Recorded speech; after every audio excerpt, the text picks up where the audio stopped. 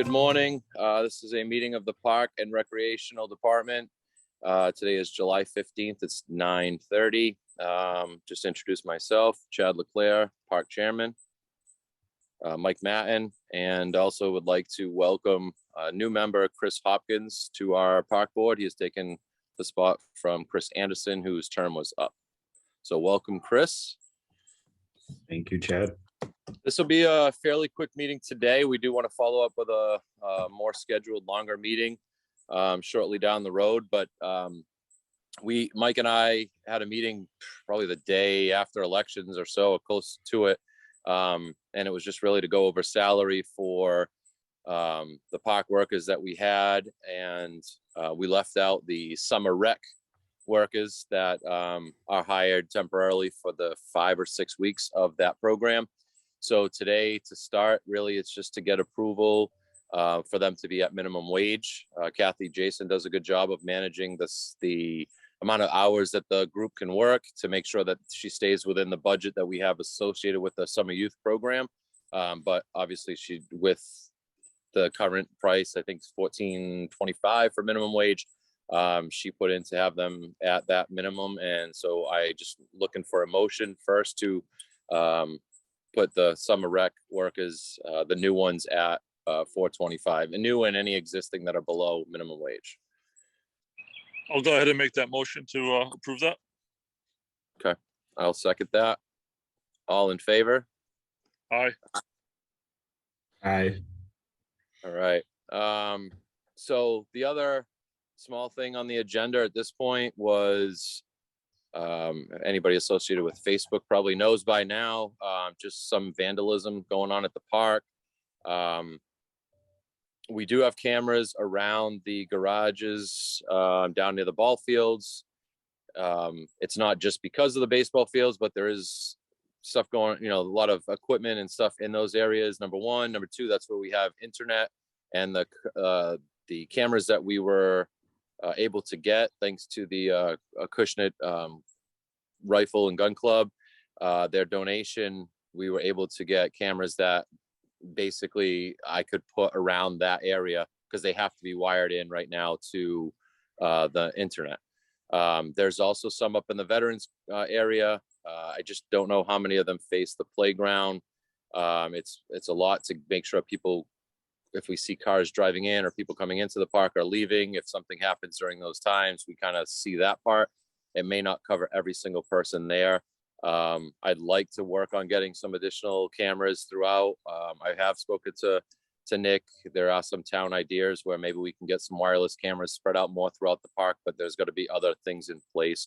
So I guess I'm just looking to see if there's any suggestions you guys have, any thoughts, as far as what we might be able to do in reference to vandalism and that sort of thing at the park.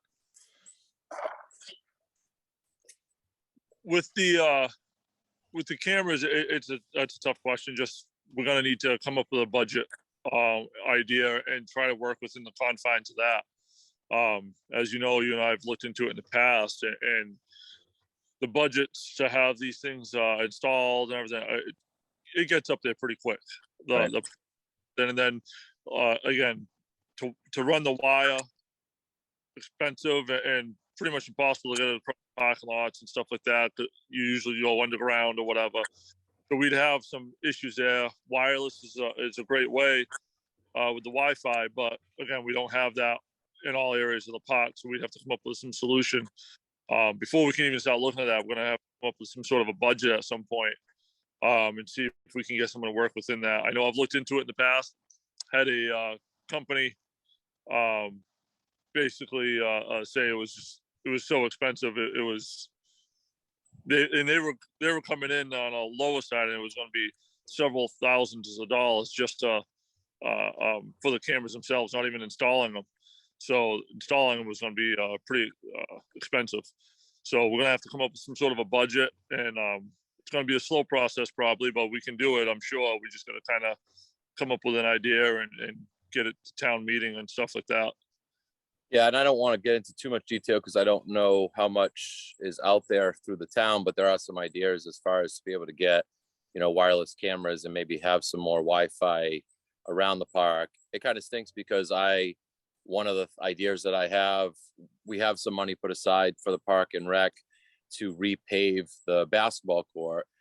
But in order to get new hoops and to paint it, I need additional funds to do that. And before I go into that, my thought really would be, and I haven't brought it to a park board meeting yet because I haven't gone any steps further, but it's to find out what type of land we have available to us, like beyond Champions Field.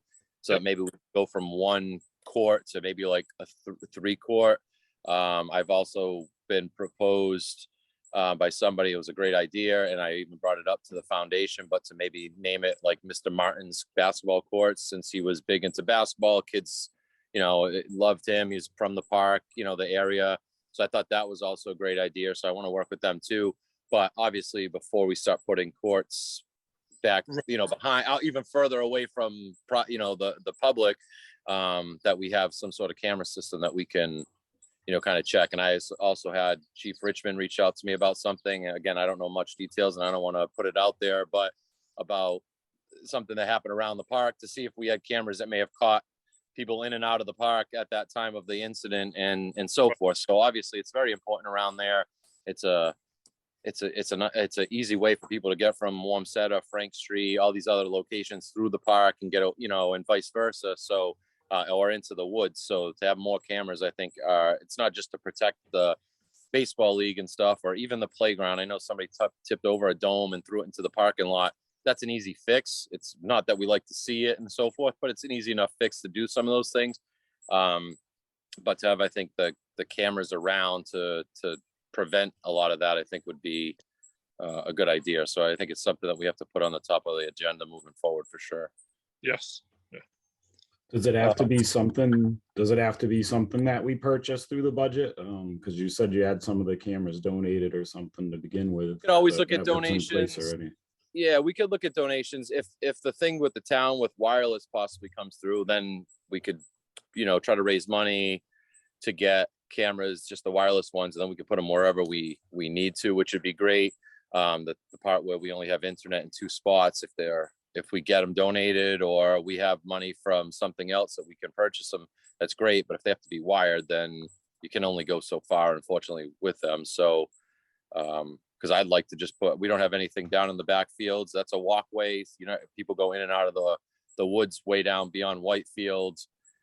People walk back there all the time. And so like even having a camera or 2 back that way, I think is definitely needed. And nothing's happened, thank God, at this point that we know of, but at the same time, it'd be great to have something down there and put up signs and say there's cameras, and hopefully that discourages some of the activity that goes on around the park. I know people dump stuff in the woods. I talked to Mike Ashley, and a couple of years ago, they hung a basketball hoop from the T-ball backstop.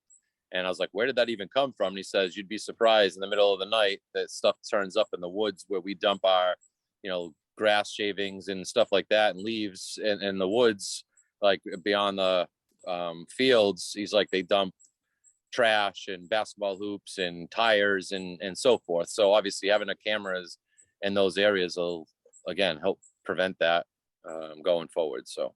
And then maybe a silly question, but what about dummy cameras with signs? And in the meantime, until we get real cameras, in order to discourage it. Not necessarily a bad idea. It's funny because I did see on one of the cameras, some kid making faces into one of the cameras that doesn't work. So, I mean, I guess, he obviously doesn't know it doesn't work. He's just trying to horse around. He wasn't doing anything wrong, but obviously doing that. So if we did put some somewhere, that may not be a bad idea either. And then they don't know which ones are live and which ones aren't. Just to bridge the gap until we get real ones. Yeah, not a bad idea. We have some that are in the pocket that used to be hooked up to the old system that we could possibly move, and maybe that'll help.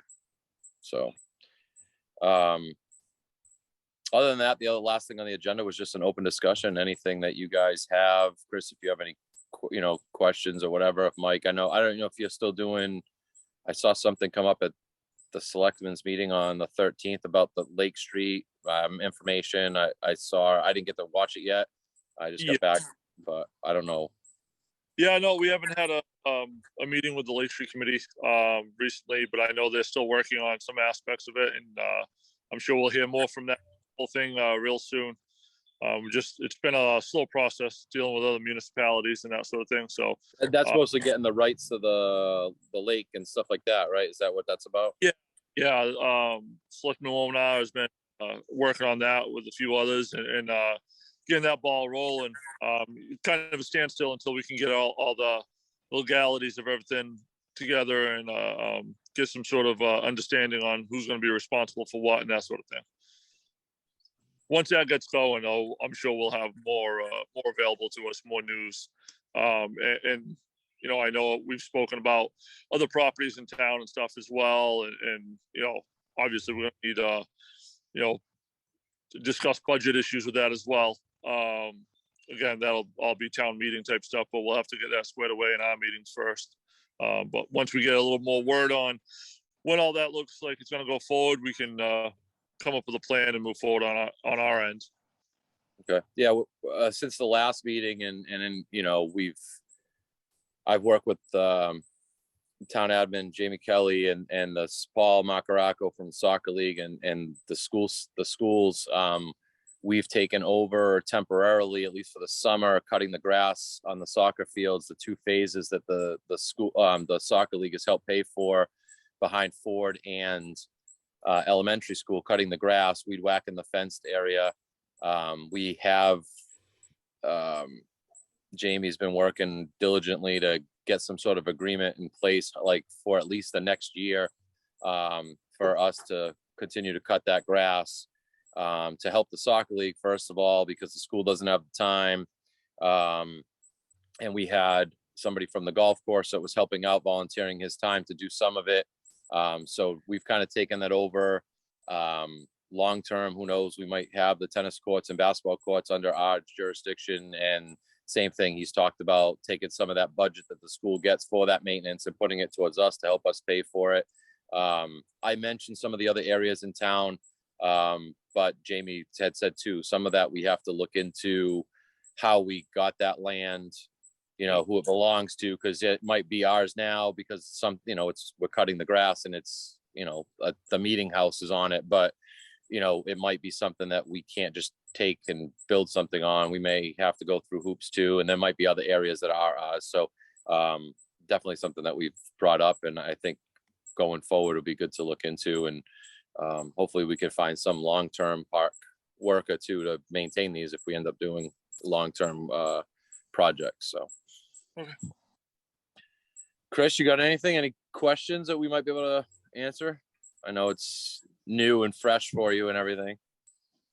No, I don't really have many. I mean, even just hearing you guys just talk right now, and I'm learning that. I thought it was just Pope Park. Honestly, I didn't know there were. Is it just Pope Park that we have jurisdiction over? Or right now, for the most part, it's the park. Yeah, playground Yeah. park. We with the veterans area was park. We donated the area basically to the veterans committee to build the monument and all that, you know, on that whole thing. And we just we maintain it. So that was our agreement with them. And then, like I said, the school, that's not ours, but we, you know, to try to have us help take care of it.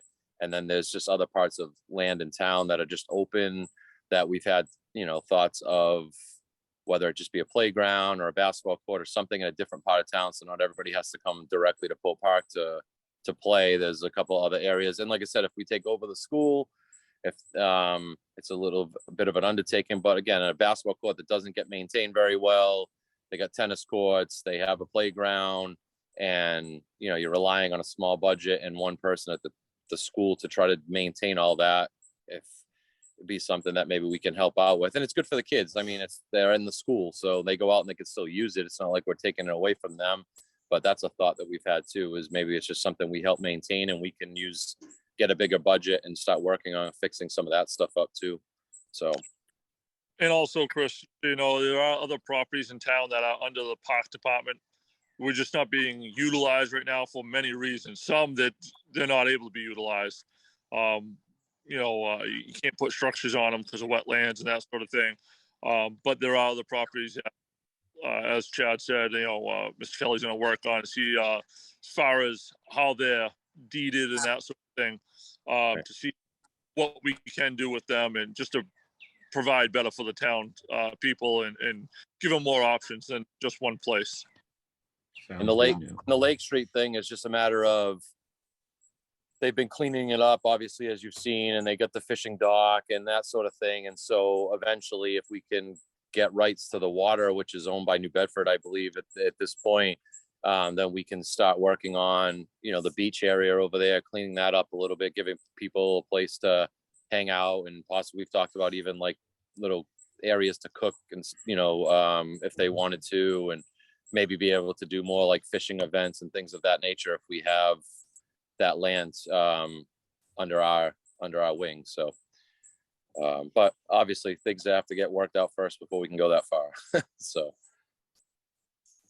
all right, well, if there's no other questions at this point, then if I could just get a motion to adjourn.